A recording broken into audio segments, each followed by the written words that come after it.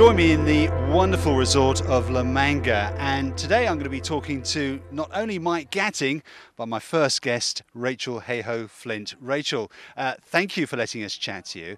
Just tell us what's happening here today. Well, basically, La Manga Club, which is not La Manga itself, it's just a little bit up the drag from there.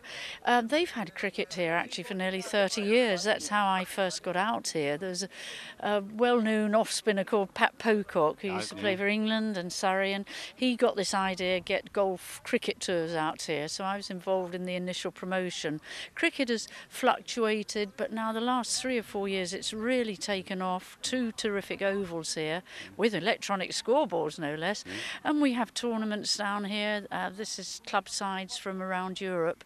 They've had international tournaments down here. They've had over 60s who only lasted 4 out of the 6 days, I gather.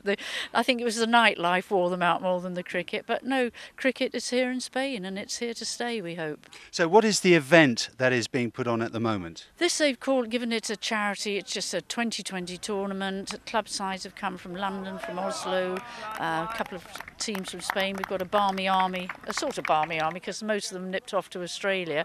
And there'll be a dinner tomorrow, fundraising, but the Lord's Taverners and Lady Taverners were chosen as the recipient charity, and that's why Mike Gatting and I are down here. Well, anything for a good excuse to come to La Manga Club, I say.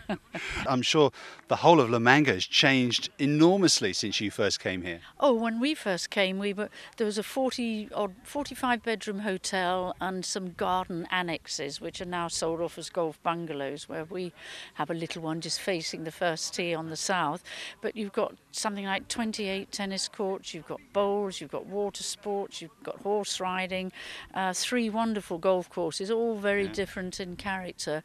And it's difficult when you talk about a resort in Spain. You perhaps think it's just children and swimming pools, but this is an all-round, all the year-round wonderful leisure resort and terrific properties as well. It's a great base for football as well. Many of the Scandinavian teams come down in their winter when their season closes down. We've had even my own beloved Wolverhampton Wanderers have been down here, bless them. Yeah, absolutely. So, and England trained down here in the days of Glenn Hoddle and Sven-Goran Eriksson. So it really is just a perfect venue for all people who are nutty about sport like me. I'm glad you mentioned Wolves, because in the Premiership now, and you're one of the vice presidents. Yes, I've got a great company of vice presidents. I've got Steve Bull, our great goal-scoring legend, who scored 300 and goals in something like 520 appearances, and the other is the world's greatest rock legend, Robert Plant. So what a little trio of us, sitting up there, with our big prawn sandwiches. But Robert is absolutely, he is an actual genuine season ticket holder, but met our newish owner Steve Morgan, and Steve loves rock music, etc., and invited Robert to be a vice president. And we support events, we act as ambassadors for them, hopefully, and we're now just hoping that we can remain in the Premiership this season. But it must be fantastic for you to be able to go to places like Manchester United, Old Trafford, and meet all the sort of people that surround these clubs. But in some ways, I loved going to places like Rotherham or Southend or Colchester or Hereford. Yeah, I'm not a snob. You may have noticed that, but I love to see real football, and clubs that are really struggling, like Wycombe Wanderers before they came into league football, and they really battle and the heart and so they might have an attendance of 750, but I like to go and watch Telford United play when Wolves are out there. So no, I prefer that, because I find some of the very big clubs, it's almost as though the hospitality, the entertainment, the pre-match meal is more important than the actual match. But I'm quite happy with a bucket of black coffee and pinch one of their chocolates and go and watch the football. So you had a great career. We all know that you were England cricket captain for many, many years. The first woman to score a 6 as well, I believe. Well, that was a bit of a cheat, really, because the first time I played in a test match at the Oval, Harry Brind was the groundsman, a lovely chap, but didn't want these women here, so he bunged us right at the edge of the square, and it is a huge square at the Oval, and it was like a 62-yard boundary in that direction and 362 yards in that. It's a very long way to go and get the ball back eventually. It had to get a carrier, and a trolley and bring it back. So it was a bit of an old cow shot, shot, but it was a very short boundary on the leg side. So I really have to thank Harry Brind, even though he didn't want women there initially. But you're a great ambassador for women in sport, and England cricketers, the male cricketers, are going through a great resurgence at the moment. What's the state of the women's cricket game? It's excellent. About 7-8 years ago, the ECB encompassed women's cricket. So instead of it being run by 2 or 3 volunteers, hobby, perhaps a part-time secretary, the Women's Cricket Association, it is Team England ECB, and they have their own manager, Claire Connor, who was the former England captain, and they're part of the great game of cricket in the United Kingdom, and it's terrific that they get a little bit of sponsorship, they get all the gear, they look like real cricket. You know, we used to wear those little white skirts and they look like a netball team coming out of the pavilion. I quite liked it, actually. I bet you did, yeah. It was always when we used to play fundraising matches against men's teams, and you're just there batting and you think, oh, my skirt's a bit, and you see there's a lot of short legs all crouched, down there. And so to me, and I said, even in my day, I said, why don't we wear trousers? We don't want to look like men, which you don't need to be. You can still be feminine and look like real cricketers. Quick prediction for the men down under? It's not going to be easy. Everybody thinks we've been in a terrific run, and I hope they won't be complacent. They've got a great captain in Andrew Strauss, a great coach, Andy Flower, and they're just very sensible about it. You're only as good as your current game. The next one is the one that counts, and I think we've hopefully got rid of the bling and the show business and the celebrity, and they're actually getting down to proper cricket. So ideally want them to win. It is going to be extremely hard, but given a fair wind and a bit of grass on the wicket, who knows, we might do it. Who knows? Talking of bling and show business, I'm off to interview Mike Gatting now. He's quite a nice man, isn't he? I think he's taken his earrings out for you, though. Mike, I must ask you, what are you doing here at La Manga? Well, I've come back to see how it's improved. It's been a long time since I've been here, 2 or 3 years, and it really has improved. And the cricket facilities here now are very, very special. So I shall be taking my facts back to London and trying to feed them into the system. It's a wonderful location to play cricket. We've got the weather, beautiful scenery as well. Oh, it is wonderful here, and I mean the complex itself is a wonderful complex with the spa and the apartments all sort of very spread around the ground. 3 golf courses, you got football pitches, netball. I mean they all do all sorts of things here, but above all they really have really worked very hard at the cricket, and I think it's probably one of those underused facilities. I must ask you, how are you nowadays?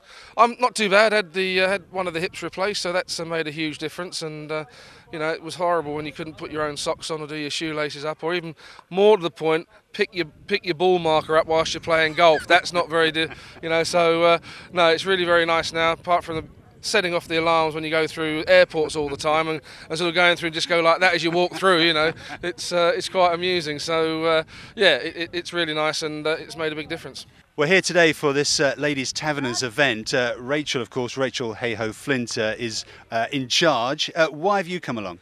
Well, just to try and support it again, just to see what goes on here. I'm a taverner myself, and been very fortunate to be president as well. So it's my charity, and it's very close to my heart. And cricket and all the work they do, very nice people that are in the charity as well. And it's just trying to support them where I can. But also, as I say, for a serious fact-finding mission, because we work quite closely with the European Cricket Council as well. And they've done a lot of very good work, and I do a bit of work for them too. So it's a bit of a sort of a three-in-one trip, so it's been very worthwhile so far. We're doing all right with cricket at the moment. We are, yes, and I mean the guys go down. They start actually today, Friday, isn't it? Today. There's a lot of good feeling about this one. Really, because you're not just saying that. You really think that we have got a great opportunity of getting the Ashes down in Australia. I really do, yes. It's been a long time. It's been 24 years. Some old fella was the last one to win them, but it really is about time. They've got a good setup there. They've got what I believe is a very strong management team in Strauss and Flower, and they've got some people and there that are very decent players as well. We've got some very talented cricketers, and they've got some proper practice matches as well. They've got three matches, proper sort of 3-4 day matches where they can get used to the sort of atmosphere and the hostility they're going to face, and they obviously can get some good practice as well, which is what they need to go into that first Test match in Brisbane. Can you just give me a little insight as to what it's really like playing in Australia during an Ashes tournament? What's it like? I suppose you feel you've got a bit of a weight on your shoulders because there's a lot of English people in Australia. Yeah, the Barmy Army. The Barmy Army will be there, but there's a lot of people who have actually sort of, if you like, I suppose sent out on the boat, for want of a better word, and started off Australia. If you really want to get crude about it, and they're sort of getting their own back. But no, there are a lot of expats out there who you don't really know, but they get a hard time from all the Aussies over there. You're walking down the street and they know who you are because they're very knowledgeable, the Australians, and they love their cricket. And there's always a bit of banter going on, and you're in a contest because everybody tells you are. You'll see it on the front page, back page, middle page. You'll hear it on the radio. You're walking up and down the street. There are big things everywhere. This is their event, and so you know what you're there for. Outside of cricket, I'm just curious, have you ever been asked to do Strictly or any of those programmes? Yes, I was, and unfortunately 3 years ago I was asked to do Strictly, and I said yes, I'd like to do it. But unfortunately then this job came up, and we'd got to sort of, I said I'd like to start, they wanted me to start in October, and of course it starts in September, so you need the whole of September just to practice. It starts in October and you need all the way through, so I'd like to have done it, but it'd have been very sad if cricketers won it 3 years in a row, wouldn't it, So in the end I didn't do it, unfortunately. I've been asked to do I'm a Celebrity, but I couldn't sit there. You couldn't sit there for 7 days do naff all. Philip Tufnell, right up his alley, absolutely naff all. Odd fag, odd pint of lager. All right, love, how you going? Go. Doesn't have to make his bed. Doesn't have to dress himself if he doesn't want to. Right up his street. I couldn't do that. No. Now, Mike, I know you're having a great time here. Do you think you'd come back to La Manga? I hope so, and I hope we can certainly bring a lot of people with us because, as I say, it's wonderful facilities here, and cricket, and certainly the first class game, could benefit from something like this in March and April. So I'm very much looking forward to coming back. One of the teams taking part today is La Manga, and George, you're playing for La Manga Club. Why are you involved in this competition? Because this is our fourth Lords and Lady Taverners tournament that we've actually organised, and they actually approached us 4 years ago and said, can you do something for us? And we thought, okay, the sunshine is here, November is free for everybody. People in England don't play cricket, in Norway they're freezing. So we thought, yeah, why not? So this is the fourth time we've actually done this tournament, and it's growing all the time. So we're getting a lot of response, but this year has been a little bit of a hiccup because of the Australian tour. Everybody's heading towards Australia, not to Spain. So, but next year is going to be far better, I would think. I was amazed. I didn't think the standard of cricket today would be this good. No, I think Spain probably are one of the fastest growing cricketing nations in Europe at the moment. We started off 10 years ago with about 4 sides, and we've got around about 60 sides, and it's gone regional cricket as well. So it's very strong. But saying that, we got 2 sides out here today from Spain. But the rest of the sides, we still can include them, but I think a lot of the Brits want to come and play here as well, and Norwegians. Yeah. So we let them come in. Well, we wish you luck, and it's all raising money for a very good cause anyway. Of course it is, for the Lords and Lady Taverners, and Mike Gatting's here, and I've known him for a long time. And, we've crossed our paths many a times in Middlesex, and we've sort of grown up, and he's come over, and he's doing he's good. It's good to see somebody like that there, and plus Rachael as well, who's been doing a stern job for us for a long time now. Absolutely. For the last 4 years, and before then as well, she's been quite interested in Spanish cricket. So it's good to see her here all year and year after, eh? Yeah. But she knows we are going somewhere, so and we need the supporters really. I mean, it's to get our name about. There's lots of people still don't know that cricket's been played here. Yeah. And most of the Spanish cricket league has been played here as well. And we've got 2 2020 tournaments, and we want to make it bigger next year. Well, I'll tell you what, it's amazing who you actually bump into on the golf course in La Manga. Gordon Strachan, great to meet you. What are you doing here at the moment? I am recuperating from 35 years of football, 38 years of football, so I'm having to rest for a couple of weeks. 38 years of football, very successful player and manager as well. Sometimes, yeah, an occasional blimp, but apart from that, it's been great, and I always come down here because I always meet some friends down here. It's nice, and it's an easy way of living down here. You get away from things, and it's smashing. Do you have a villa here? I do. Yeah. It seems to attract footballers. I'm just wondering why so many footballers spend so much time here. I don't know, maybe it's because 2 or 3 start there, then invite people down to have a look at the place, and I think that's not a bad place, and it's good to get together with some older footballers because we've got a ridiculous sense of humour. Yeah. It can be annoying for some people, but and we seem to get on well together. You're just about to tee off with Mr. Mike Gatting. I am. Have you played together before? I have not. I am a great admirer because as being a Scotsman, I used to think cricket was a sissy game until I played it once, and I realised how dangerous it was. So I've become a bigger admirer. Yeah. And how long have you been playing golf? I've been playing. I'm a Scotsman. You play as soon as you start to walk. Somebody gives you a golf club, and you walk behind your dad. And because in Scotland you've always got a lot of municipal courses. You know, in Edinburgh there was 5 or 6. So you could play nearly every day. I lived from here to Kenny's house, away from a golf course. Yeah, actually, yeah, Kenny Dalglish's villa is just over there. You could just get a ball into his front living room. I've done it before. And what's the standard of golf like at the moment? It's not bad. It's not bad. I'll soon tell you later on. Give me half an hour and I'll tell you.